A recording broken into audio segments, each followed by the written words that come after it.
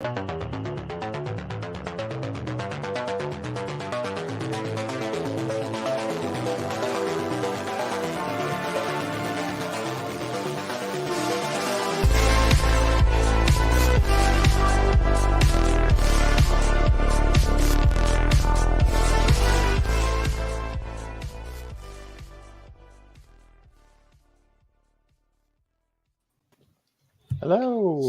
Hey, Hey, you're hey. back. We are. Yes? A little older, a little wiser. It's not been that many weeks. Every once in a while, a ghost, this is a ridiculous way to start this podcast, but a ghost of Google Plus Pass pops up in my face. That's what just happened to my face. For those of you watching the live stream, I moused over something. I guess it's Gmail Spaces, which was a function of Google Meet, which was a function of Google Chat, which and I just the things that popped up were projects we had worked on back in the early days of Google Plus. What a sad demise. Yeah, seriously. But everything worked out well, and the indie gaming community has a agreed upon space to meet up and discuss things.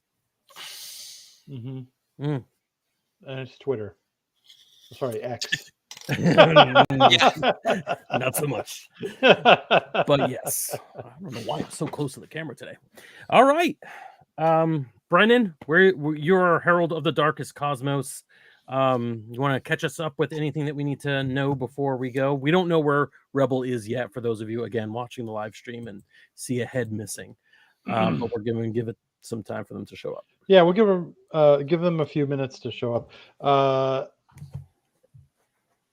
I'm trying to recall what we did last time. And I remember it specifically ended with the octogenarian, like small, what's the word I'm looking for? Like the historical society. Yeah. Was following you. That's right. And he had Coke bottle glasses. And he was chasing us down because I appear in a lot of historical photographs that probably only he cares about. That's correct. Yeah. Talking about like a podunk town. Was this in LA? Does anyone remember? It was out in the valley. Okay. Yes. So, all right. In the farm country.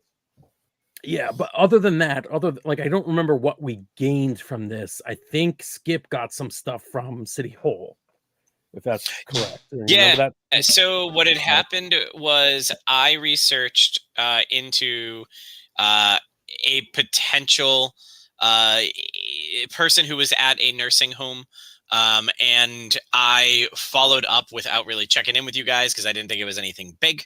We had all gone, we split the party, and I went there, and there is absolutely a presence of some kind that is malevolent, as it threatened to kill the man I went to see if I did not leave. Why, and that's why we had to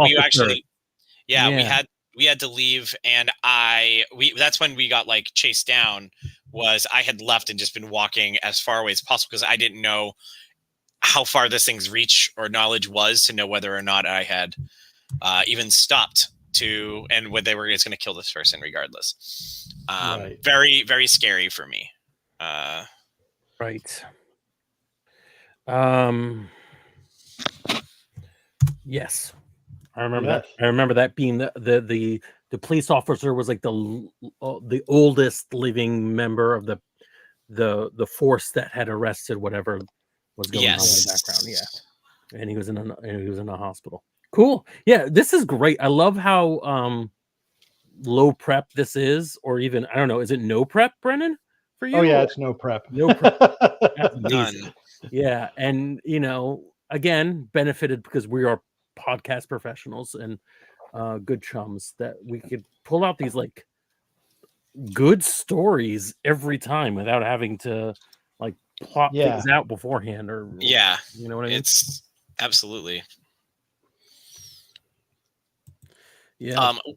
While we're waiting, how did you guys spend your 2 weeks? I can't recall what the first week I was doing, other than probably resting because I'm a father of two. of 2 under 2 or 2 near 2.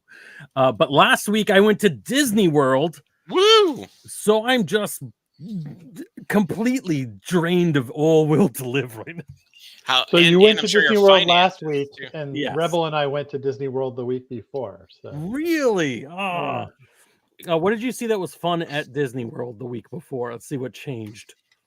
And what did you? What did we see that was fun? Mhm. There's fun rides. There's we went to the Food and Wine Festival at Epcot. Yeah, so I think it was still going on when we were there. Yeah, We didn't do the one, so we just pigged out a little bit. Oh, did either of you guys go to the Bunsen and Beaker thing? I looked everywhere for it and couldn't find it. We found it. It is in fact a restaurant, really Okay. and they have Bunsen and Beaker on screens on the wall where you eat the food that you order at the I restaurant. see. That's not Okay. bad. It's Yeah, not particularly great. yeah. Nah. I was Okay. hoping Rebel for at was least- extremely disappointed by it. Yeah, I would have preferred. I would have been minimal animatronics. I would just want something moving around a little bit once in a while. I want a full ass Muppet making my food. You know what? They got, if you've ever done the Monster Laugh Factory, is that what it's called? Yes, we Monsters, did the Inc. Laugh Factory. Yeah. We missed it because, little kids. But the puppeteering, the digital puppeteering in that is relatively live. The jokes are definitely live. They check out people's names and they write custom jokes for people. And That's then super they, cool. they Especially call for out kids. people in the audience and they talk about them. And Yeah. That's super they were cool. talking. They did a summary of the story of Monsters Inc. And they were like, and then Sully, who a big hairy guy, and then they put me up on the screen. Really? That's Oh, nice. awesome. Is that why the haircut, or is it before that? No, it was before the haircut. Uh, I got called a Sully. Wookiee also when I was Oh. in the Star Wars area. All right, not bad, not bad. But yeah, so like you've got the technology, and Henson Company's ahead of the game with the digital puppetry. They can do this. They can make this a Yeah. live interactive Mhm. moment. But I guess they figured enough people would be drinking at according to all the T-shirts I read at Epcot, 90% of the people there were alcoholics. And literally, somebody at one point we were on what do you call people from Epcot? There's in the Star Tours ride. Yes. No, it wasn't Star Tours. It was Cosmic Rewind. It was the Guardians of the Cosmic Galaxy Rewind, ride. Yeah. Yeah. Terry Crews is in it, and he's riffing about what do you call humans who are from Epcot. Like he's asking one of his assistants because they're doing a big speech to humans that when in this Guardians of the Galaxy meta plot for a roller coaster, and he goes like, "What do you call people from Epcot?" And this is part of the pre-recorded line buffer. And someone live in the audience screamed out, "Alcoholics!" And everyone cracked up laughing. A little too hard, in my opinion, but fun time. Yeah, I did like when Peter Quill says that Epcot stands for every person comes out tired. Nice. Yeah, I'm disappointed we missed the Bunsen and Beaker thing, but there was a Remy thing going on throughout the party. Yes. Which I think was more my kids' speed. What were you saying, Alex? Oh, so I did not get to go to a theme park except so for those who are doing the ARG, we had my bachelor party this weekend. And there was I ran a game of Dread that took place at a fictional theme park. Nice. So yeah, it was Weeks Island, the most joyful island in the Atlantic. And the locations they could go to, because I tried to. This is supposed to be a guy who sees how lucrative all of these are and tries to combine every theme park idea imaginable into his one park. So we had Spookyville, which is just all of the Universal like Hollywood Horror Nights as a thing. Oh, that's cool. Nursery Rhyme Adventure Time. And then the two most popular ones by far were The Little Mermaid's Pretty Pirate Princess Palace, which was just all the princesses and pirates combined. And then the Gingerbread Man's Christmas Saloon, which was a Santa-themed Western location. That was There's very something good. just subtly I don't know, just like bitter Yeah. about Right. the way, like Christmas vomitorium. Yeah, Yeah, like, exactly. Yeah. But yeah, they had a lot of fun. It was a good time. We played it like in front of a campfire with a nice setup on a separate table so no one bumped it because it was a bachelor party. People had a couple of drinks beforehand. I one or two people knocked the tower over pretty immediately, which was great. Nice. Yeah. what Because that was means the- you die, right? yeah. Yeah, well, you're removed from the game. You don't have to Yeah. die, but your character is removed. And of course, though, it did lead to awesome Santa-related deaths and all that stuff. So, Always good, always Nice. good. Are we interested in doing a little thing between Skip and Adam? Do we want to talk loosely about the game in general? I see no sign of Rebel showing up, which I hope means League of Legends is going long. Right. yeah. We can. I think they we just can talk. forgot. Yeah. That's Yeah. also likely 2 weeks off, and Yeah. Yeah. They could definitely have read the thing last week that said in our Discord that says nothing for 2 weeks, and then thought this was week 2. Yeah. I don't think I want to do a scene. No, we talk system though, because I do like the Yeah. system. Yeah. That's I have been enjoying this one. I really like the playbooks. What do you call it? This I don't know if you call it a playbook, but like that there's got to be a term for it in here. But yeah. In Katanas and Trench Coats, they are called splats. Yes, the splats. Thank you. I really like the splats. I think they've done a really good job of. They've done their research. All of the the different moves you can do. You could like tie to a good 90s piece of media, which is kind of fun. I like the different stuff I've gotten to play with as a ghost. And I don't know. I've really liked how I've gotten to. I would say that it's hard to play offensively as a ghost in this system, Yes, but it is. Yeah. it's okay though, because that's my usual go-to is I don't really know what I'm doing, so I'm just going to hit things. So this has really forced me out of my comfort zone to find other ways to use like physics to help me in stuff, Right. which has been fun. I do have a little anecdote about the ghost character. Yeah. Because I was running this at a convention, and this kid sat down to play the ghost, probably 14 years old, right? Reads through the back of the sheet where all the ghost powers are. We start to play, and then like every crucial pot beat pulls out a new power that solves the problem. Just like boom, boom, boom, boom, boom. You know, That's awesome. It was amazing. Yeah. That's several times I was like, oh yeah, I forgot the ghost could do that. Yeah. That's one of the fun things so far about, like I mentioned earlier, it's like it could be a zero prep game, and you still feel like this fits together so well. It pulls us, it makes the story make sense. Though you have a character who ends up being like a main character in a story because they had a power that fit everything at that time. And that's a difficult needle to thread, but when it works out, that's great. Yeah. Yeah. I think the playbooks we've picked very complementary splats. I think that they have they've led to some very interesting stories. I love that we picked someone who's semi-grounded in their reality, and we have 2 different types of immortals on screen. Yes.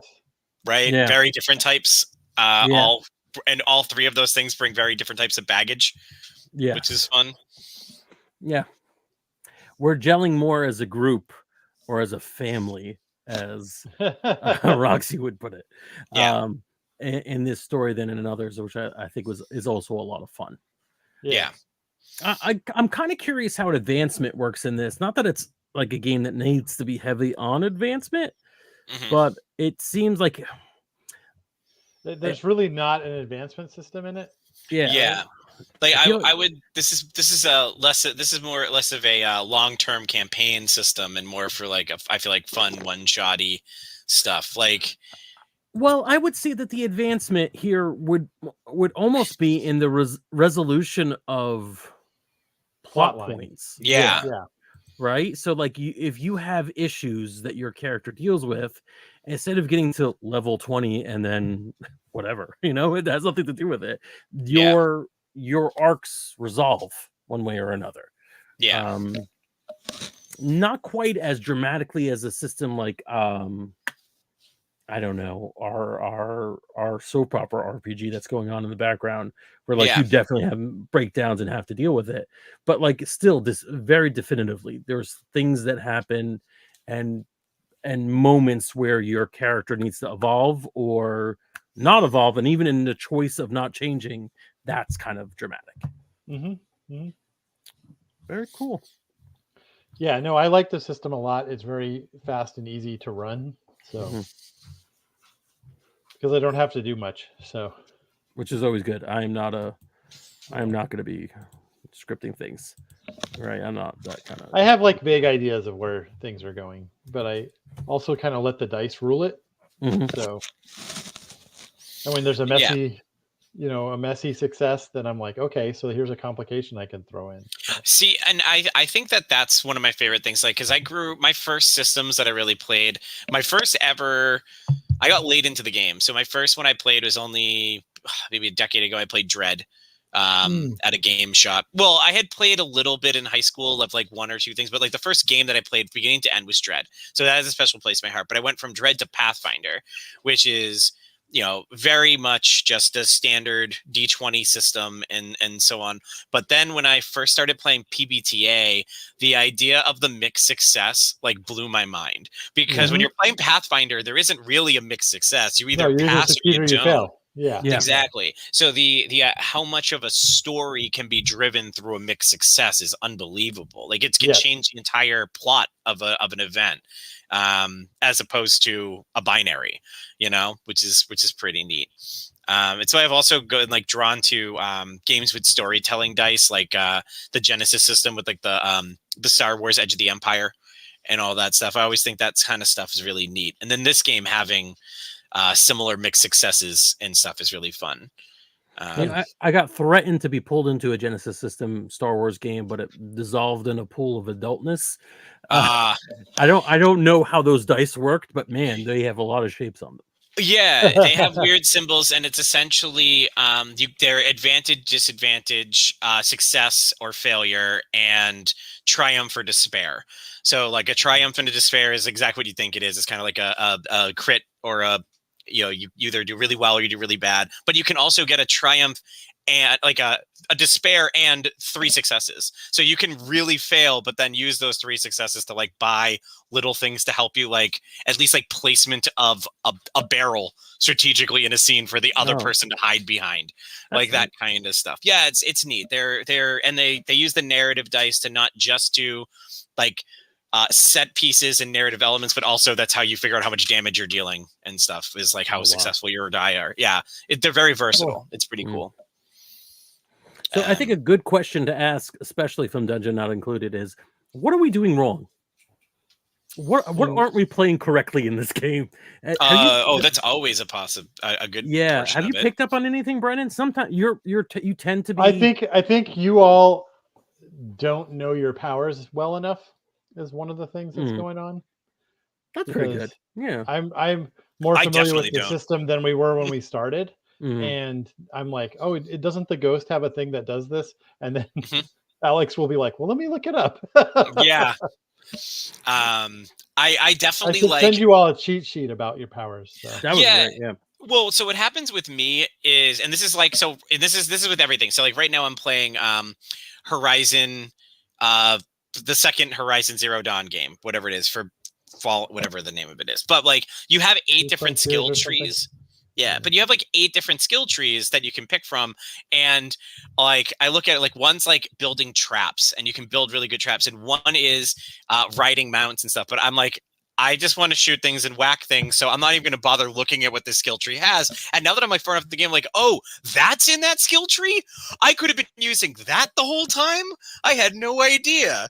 And I feel like that's how I do playbooks too. I'm like, okay, I'm a ghost who's going to be really good at sneaking into things, so I only really look at the moves about sneaking. And I don't really look at like, oh, how can I ask the Darkest Cosmos for advice on this problem? Right. You know?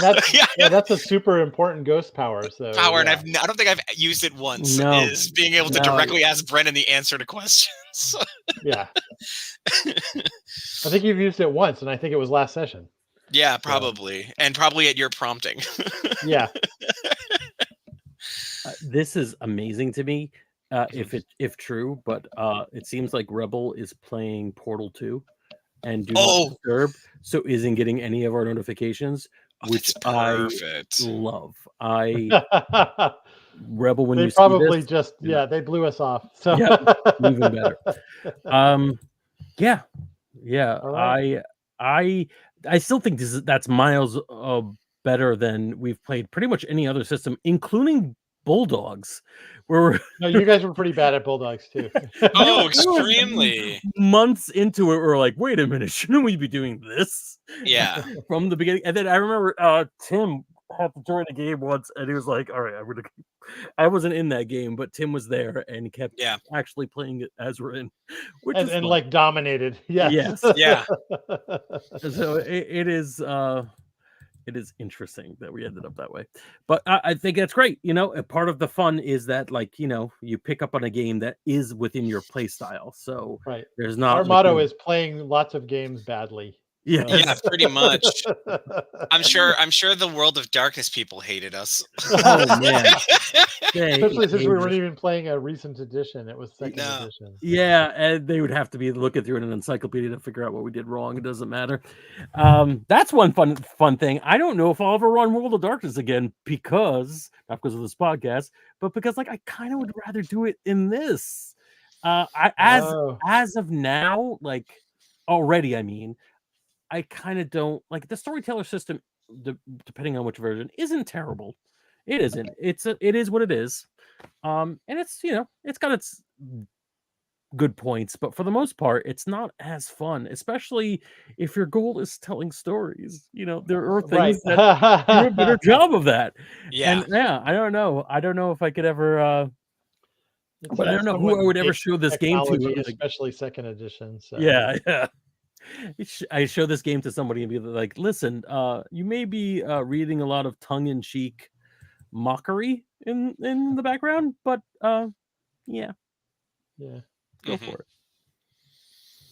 Nice. Yeah, there's a couple of storytelling systems that I still want to try out that I haven't yet. I haven't done. I owned so many books and I don't play any of them. So I've had kids on bikes sitting collecting dust for so long, and I feel like I've heard nothing but great things about the system. It seems so fun to play. I'm waiting on the physical copy of Brindlewood Bay. I got the digital from the Kickstarter. I'm waiting on the physical still. Tales from the Loop. I've ran that once for a charity thing, but I'd love to get more into it. There's a lot of cool systems out there that I haven't really gotten to touch yet, which I keep backing Kickstarters every once in a while, and I'm like, I don't know why I did this. I'm never gonna play any of these games. Well, now I have a game that I'm not gonna play. Yeah. My collection is. Yeah. I got a cool one. I wish I could. If I had it in front of me, I would love to give her all the credit in the world.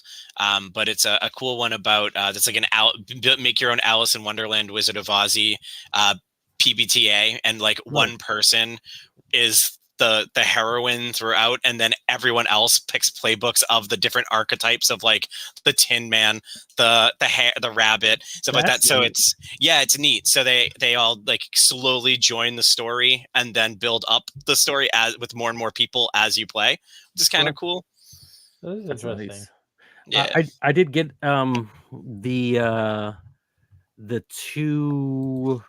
Trying to remember the names of the books. One of them is called Neverland, and the other one I think is it Oz? That can't be that simple.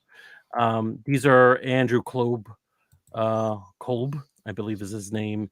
Role-playing books. They're beautifully bound. They look really nice, and they're, you could read them as entertainment or as setting material for something else, or you could even theoretically play them single player. But I haven't gotten a chance to play them because even I can't schedule time with myself. Mhm. That's how adult I am. But yeah, they look really pretty, and if I ever get a chance to play them single player, I will let you know how fun they are. Right now, they look great on my shelf. For the record, the game was called, it is a complete RPG in zine form. It was called Girl Underground, and it was by Jess Ross. I think I heard of that. Yeah. It's really cool. And then I also got Casket Land. I'm looking at like my thing right now on here. Hey, knock that off. Sorry, my dog's growling. I get the sequel to Alice Missing coming soon. Alice Missing was fun. Yeah. That's a good game. We did that I do that for like intro to people who don't play RPGs. I do that one every once in a while. I'll have people over and be like, let's chill for an hour and a half and go on a ride. You know? Yeah.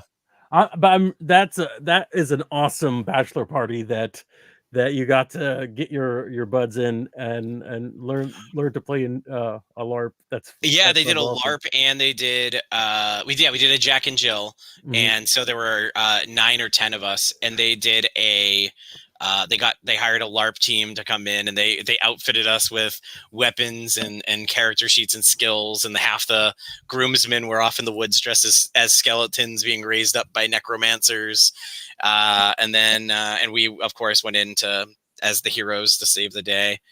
My character, I was Johnny Adrenaline was my name as the fighter. And then it was good. And then that night we did Dread for the evening. And one of the guys is like a major camper, so we brought like he made mussels and white wine over the fire. Like, it was unbelievable. Yeah, that's crazy. That's amazing. Yeah, it was good stuff.